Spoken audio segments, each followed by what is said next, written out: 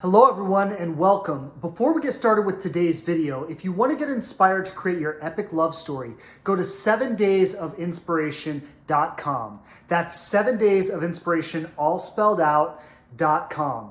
We have some really exciting things for you. I think you're really going to like it. So go ahead, open up your browser, go to 7daysofinspiration.com and we'll see you there.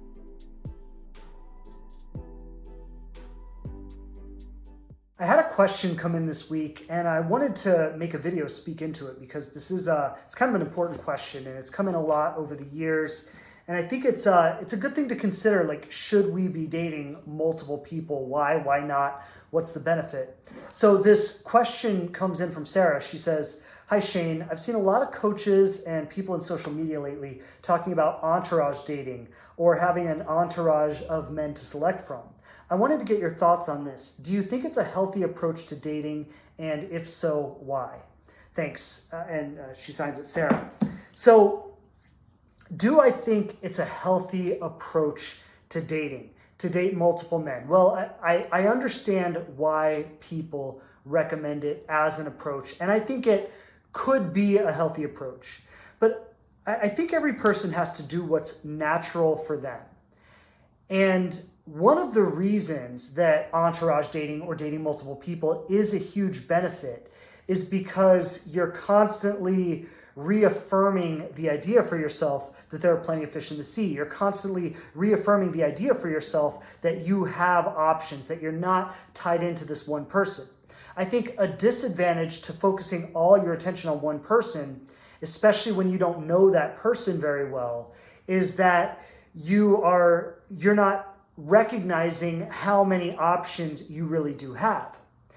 A problem for a lot of people, and I think entourage dating or dating multiple people could be a huge breakthrough for some people.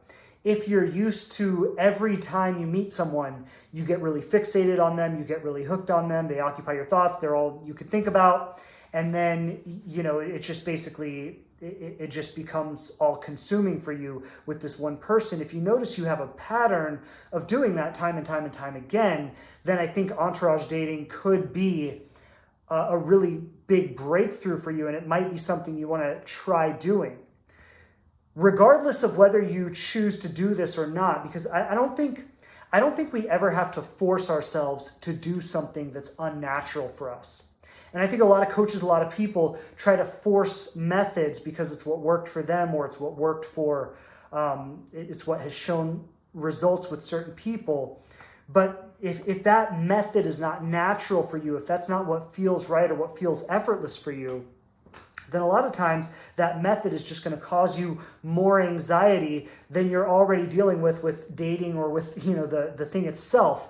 And so trying to do this method is actually going to stress you out even more. So I don't think we ever have to force ourselves to do something that feels unnatural for us. I think there are ways that we can do what comes naturally for us and get what we want as long as we operate along certain principles.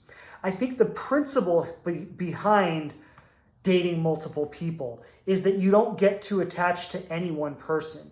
So you take it slow, and taking it slow is something that I would recommend for every single person in every single situation with every single person you date. Take it slow. If the relationship is meant to be, you're not going to have to rush it. It's going to work out.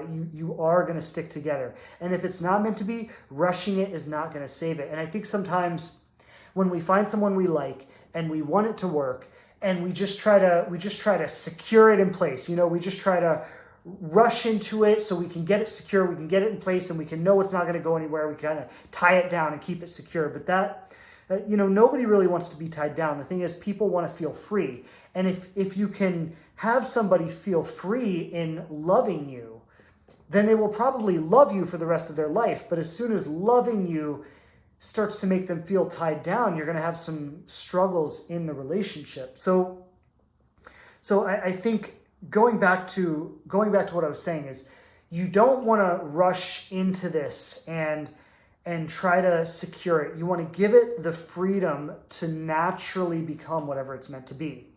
And you want to sit back and take it slow, and you can be excited about it. You can be curious about it. You can desire it even to an extent. Like, man, I really hope this works out. I really hope this goes somewhere. I'm really excited about it. I really want to see where it goes.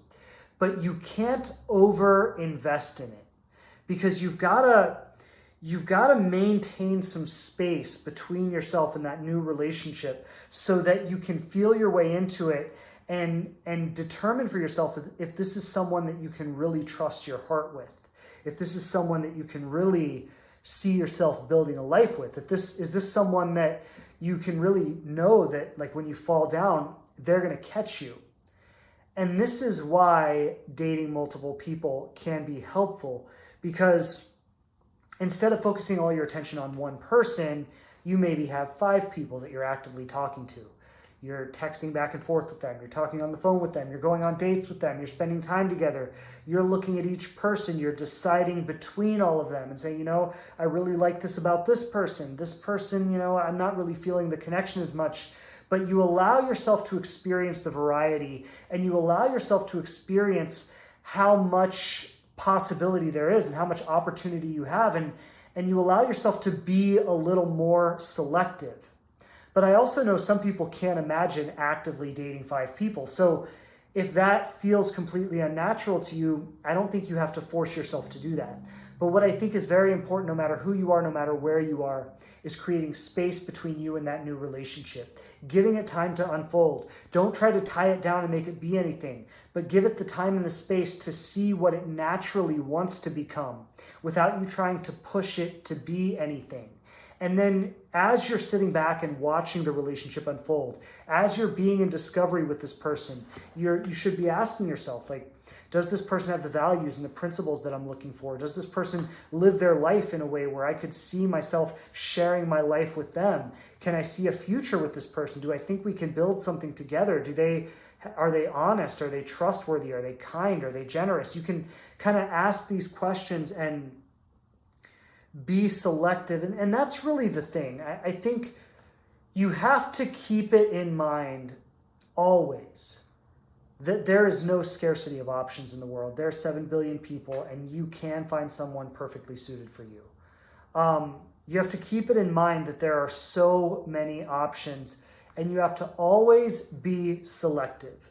And whether you're being selective with one person or whether you're being selective with 5 people, it doesn't really matter. The point is that you have to know that you always have options, and you have to be selective so that when you do choose a partner, you're choosing them based on something solid. You're choosing them based on a common vision, a common dream, shared principles, shared values, and true potential to create an epic love story together, rather than choosing them because you're lonely or you're afraid of being alone and you just want to tie something down so you can feel safe and secure.